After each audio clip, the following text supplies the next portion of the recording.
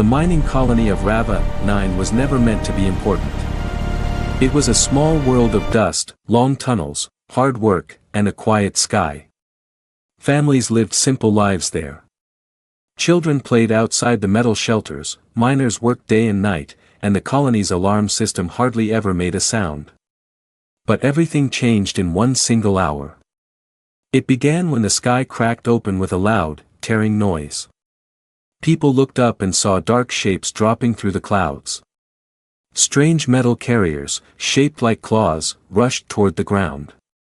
No one recognized the design. No warning was given. No message was sent. The first explosion hit the east side of the colony. Houses shook. Windows shattered. Mothers grabbed their children.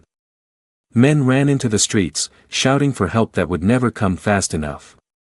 The invaders moved like a storm, capturing the command center and cutting power to the defense grid in minutes.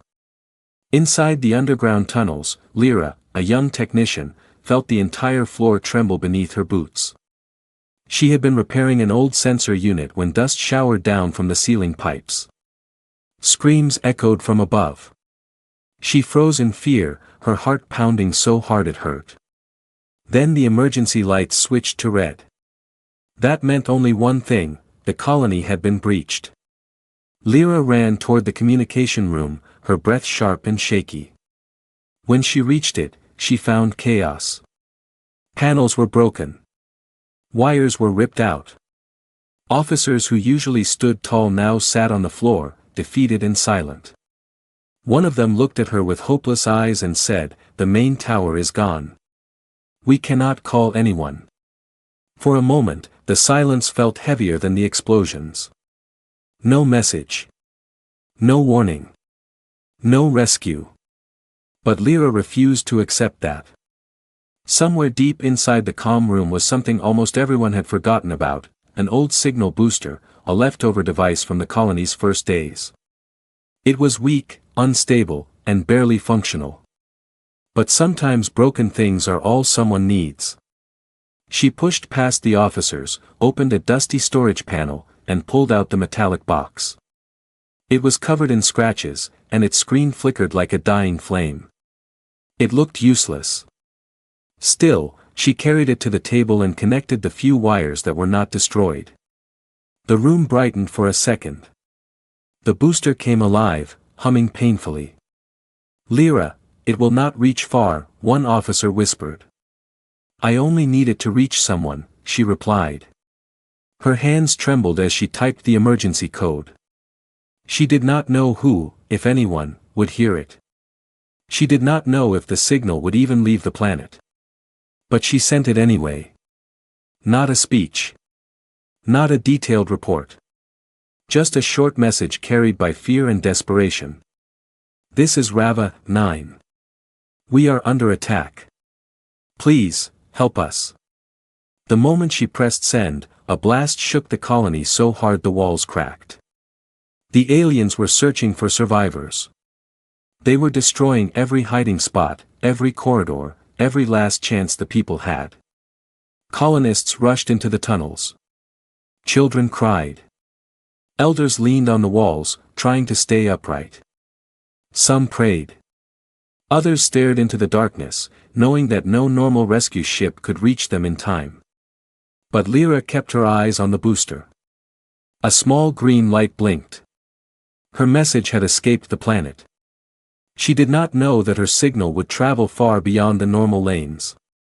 She did not know that no nearby colony would answer. She did not know that the invaders had jammed every standard frequency, except this broken, outdated one. She especially did not know where the signal was going. Across the galaxy, past trade routes and peaceful worlds, past empires and patrols, the message moved like a quiet whisper. Most planets ignored it. Some never received it. But then the signal drifted into a region marked only with one chilling name on every map. Deathworld Sector, Human Territory. Inside Earth Command, the message replayed in a silent room. Men and women who had seen terrible battles looked at each other, their faces turning cold. Humans had a reputation across the galaxy: dangerous, impossible to defeat, impossible to threaten. But what angered them most was not the attack. It was the voice of a scared girl begging for help. The admiral stood up slowly and gave one command. Prepare the fleet. A small mining colony had cried for help. And the last species anyone wanted to anger had heard it. Earth Command did not waste a single second. Once the admiral gave the order, the entire base moved like a rising storm. Sirens echoed through the hangars. Engineers in heavy suits rushed between glowing engines. Soldiers lined up in long rows, checking armor and weapons with quiet focus. Human warships, some older than the colonies themselves, powered up with a deep roar. Their metal hulls looked worn, scratched, and battle-marked, but every ship carried a reputation that filled aliens with fear. These were the machines that survived burning atmospheres, black hole storms, and battles where no other species would last a minute. The humans were not coming for war. They were coming because someone asked for help. And for humans, that was enough. While Earth prepared, far away on Rava 9, Lyra and the colonists hid deeper inside the tunnels. Dust fell from the ceiling as enemy blasts tore through the upper levels. Every explosion sent a shock through the ground. Children covered their ears, shaking. Adults tried to comfort them, though their own voices trembled too. Lyra sat near the broken signal booster, staring at the little green light that still blinked steadily. One officer whispered to her, almost hopelessly. "Do you really believe they heard you?" Lyra nodded. They must. But inside her heart, she was terrified of the truth. The message could have gone nowhere. Above ground, the alien invaders grew more aggressive. Their ships hovered like metal vultures over the colony. Troops marched in tight lines, scanning every building. They dragged people from hiding places, tied them, and left them in the open as warnings. The alien commander was certain no rescue would ever come. No nearby planet would risk a fight. No empire would respond fast enough. He believed Rava 9 was already lost. He was wrong. At first, a strange silence filled the sky. Animals stopped moving. Wind slowed. Even the machines left on the surface seemed to pause, as if nature itself sensed something approaching. Then, the clouds above the colony twisted. As if something massive was pushing through from another world. A heavy, deep vibration rolled across the ground. The aliens turned their heads upward. Their scanners beeped rapidly in confused tones. Something enormous entered the atmosphere. Humans. Deathworlders. And they did not arrive quietly. A blinding strip of white light tore across the sky as the first human warship descended, its engines cracking the air with a sound that felt like thunder mixed with steel. More ships followed, forming a wall around the colony, thick, sharp silhouettes dropping into position with perfect coordination. The alien commander stared at the sky with disbelief. They are not supposed to respond this fast," he hissed. One soldier shook, "Sir, humans do not ignore distress calls." The ground shook again as human landing craft slammed down. Their doors opened, and armored Deathworlder soldiers stepped into the dust. Their armor was old and scarred, but their posture was steady, fearless, and calm. They did not shout. They did not rush. They moved like predators who already knew the outcome. Lyra heard a strange rumble above the tunnels. Not explosions. Not alien ships. Something different. Stronger. She crawled toward a broken vent and looked out through the smallest gap. When she saw the shape of a human warship blocking the sun, her breath stopped. "They came," she whispered. Her eyes filled with tears, not from fear, but relief. The colonists gathered behind her, staring through cracks and holes as more human soldiers walked across the surface, forming circles around alien positions. The alien troops panicked first. They fired wildly at the humans. But Deathworlder shields absorbed the blasts with dull flashes of blue. Human soldiers barely flinched. Then the humans responded. Not with anger. Not with chaos. With controlled force. Precise aim. Perfect coordination. In seconds, the aliens realized something terrifying. They were not fighting miners. They were fighting the species that survived Deathworld-level conditions, every single day. Inside the tunnels, hope finally lit inside the colonists' hearts. The impossible had happened. Their message had reached the most dangerous species in the galaxy. And the Deathworlders did not come to negotiate. They came to end this. And for the first time since the attack started, Lyra allowed herself to breathe. The first shot of the battle came from the aliens. It was loud, bright, and full of panic. A bolt of red energy hit a human shield and scattered like dust against a wall. The Deathworlder soldier standing behind it did not even step back. He only lifted his head slightly, as if irritated someone interrupted his walk. The alien soldiers froze. This was not how it was supposed to go. They had crushed dozens of colonies before. They had fought species that ran at the first sign of danger. They were used to victory, fast, easy, and unquestioned. But humans were different. Humans expected danger. They lived with it. They adapted to it. And when someone attacked the helpless, humans did not forgive. The Deathworlder soldier raised his weapon.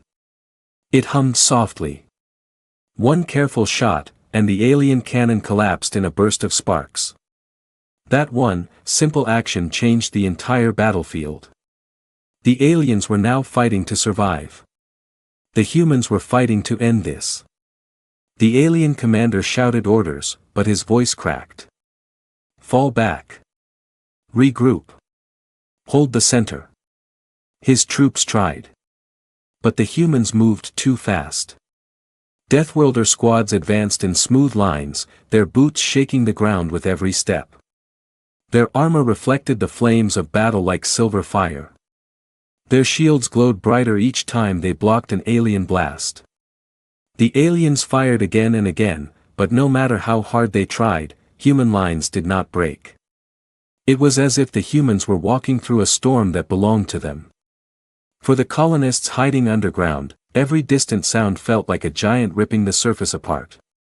Children clutched blankets. Adults whispered prayers. But Lyra kept crawling back to the broken vent, watching through the small crack. What she saw did not just shock her. It changed her understanding of humans forever. A group of alien soldiers tried to flank the humans from the west side. They moved fast, hoping to catch the Deathworlders off guard. But a human squad turned at the exact same moment, as if they already predicted the ambush. Down, one human shouted. The team knelt together. A shield barrier rose in front of them like a glowing blue wall. The alien flank attack hit the barrier, and every shot bounced off like harmless sparks. Before the aliens could understand what happened, the humans stood again and moved forward. It was not wild fighting. It was not rage. It was perfect control. Calm. Focused. Deadly. Lyra whispered, "They fight like they know they will win." A colonist beside her nodded slowly. They always fight like that. Above ground, the alien commander panicked. Call for reinforcements. Contact the fleet. His communication officer shook with fear. Sir, all long-range signals are blocked. They jammed everything. The commander stared at the sky. Human ships covered every escape path, each positioned like a sharp blade hanging above the colony. There was no way out. A new sound echoed across the battlefield. The landing of a larger human dropship. Its door opened, and a tall figure stepped out. This was Commander Hale, leader of the rescue force. His armor held scars from old wars, each mark carrying a story. His eyes were calm, steady, almost too quiet for a battlefield filled with smoke and fire. Hale moved toward the battle, and the soldiers around him shifted formation without needing a single spoken command. Humans fought harder when he was near. He raised one hand, signaling a halt. The soldiers stopped instantly. Hale scanned the battlefield and pointed toward a broken storage station in the distance. Civilians. Underground. His voice was firm but never harsh. 2 squads, secure the tunnel entrance. No mistakes. When the humans moved, it was fast, so fast the aliens barely reacted. Hale himself walked through the smoke as if it were a thin morning mist. Nothing slowed him. Nothing distracted him. When his team reached the hidden entrance, they began clearing debris. A soft metal cry echoed through the tunnel. Then a small hand reached out from inside. A child. Hale knelt and extended his arm. "It is safe now," he said gently. "We are here." Lyra stepped forward, her voice shaking. "You came." Hale looked at her, then at the frightened families behind her. "You called," he replied. "And humans always answer." Behind them, the final alien push erupted. Their last attempt to retake the colony. The Deathworlders stood. The battle was about to end. Just not the way the aliens hoped. The final alien attack came like a desperate scream. Their forces gathered in a tight formation, pushing forward with everything they had left. Their weapons glowed bright red, firing in rapid bursts. Dust exploded from the ground. Metal plates shattered. Smoke rolled across the colony like a dark fog. But the Deathworlders did not step back. They did not fear the last charge. They simply shifted their stance, calm, steady, and unbroken. Commander Hale stood in front of Lyra and the other colonists, blocking them with his own body. His eyes never left the battlefield. He raised one hand to signal the human squads. "Hold the line," he said quietly. The aliens roared as they charged. The humans took one step forward. The two forces met in a collision of fire and sound. But the result was nothing like the aliens hoped. The Deathworlders moved like a storm with a mind of its own. Shields angled perfectly to catch the brunt of every blast. Their weapons fired in precise bursts, each shot hitting exactly where it needed to. They were not fighting for victory, they were fighting to protect the people behind them. That made them unstoppable. One alien captain broke formation and tried to flank the humans from the side. A young human soldier reacted instantly, sliding into position and raising a shield that shimmered like blue ice. The alien captain fired again and again, but the shield burned brighter with every hit, never cracking. The human soldier did not yell. He did not panic. He simply said, "Not one step closer." Another alien squad attempted to push through the center. This time, Hale himself stepped into their path. His armor glowed where enemy fire hit, but he moved with complete control. Every move was deliberate. Every strike was clean and fast. The ground shook with each step he took. Within minutes, the alien front collapsed. Some were wounded. Some dropped their weapons. Some simply froze, realizing they had challenged the wrong species. A silence spread over the battlefield, slow, heavy, and final. Hale lifted his helmet and spoke with a voice that carried across the colony. "Stand down," he ordered. The last alien commander fell to his knees. The fight was over. The aftermath. When the smoke cleared, the colonists stepped out of hiding. They walked carefully, unsure if it was truly over. The ground was littered with damaged machines, broken weapons, and scorch marks. But everywhere they looked, they saw humans standing guard, watching for threats, making sure no danger remained. A small boy approached Hale with wide eyes. "Are you, really from Earth?" Hale smiled gently. "Yes. And you are safe now." The boy grabbed Hale's hand as if it were a lifeline. No one could remember the last time a soldier looked so human and so terrifying at the same time. Engineers from the human fleet began repairing the colony's systems, power lines, water pipes, damaged homes. Soldiers passed out blankets and food packets to families. Medics treated the injured with calm kindness. Some sat beside frightened children and told them simple, comforting stories while wrapping their wounds. Lyra watched all of it with a strange mix of awe and disbelief. "These are Deathworlders," she whispered. The officer beside her nodded. "The galaxy fears their strength. But strength is not their greatest weapon." "What is, then?" Lyra asked. "Their heart," the officer replied. "When humans decide to save someone, they do not stop." Lyra walked toward Hale as he stood near the remains of an enemy ship. His armor was scratched and burned, but he looked peaceful, almost tired. "Commander," she said softly, "why did you come so fast? So far? For a colony no one even talks about." Hale turned to her, his expression calm. "You called for help," he said. "That is enough." "But you risked everything," Lyra whispered. Hale shook his head. "We risk nothing when we protect the innocent." For a moment, Lyra felt something heavy lift from her chest, a fear she had carried since the invasion began. She finally believed they were safe. A new promise. Before leaving, Hale placed a small silver device in Lyra's hand. It was smooth, warm, and had a faint blue light at its center.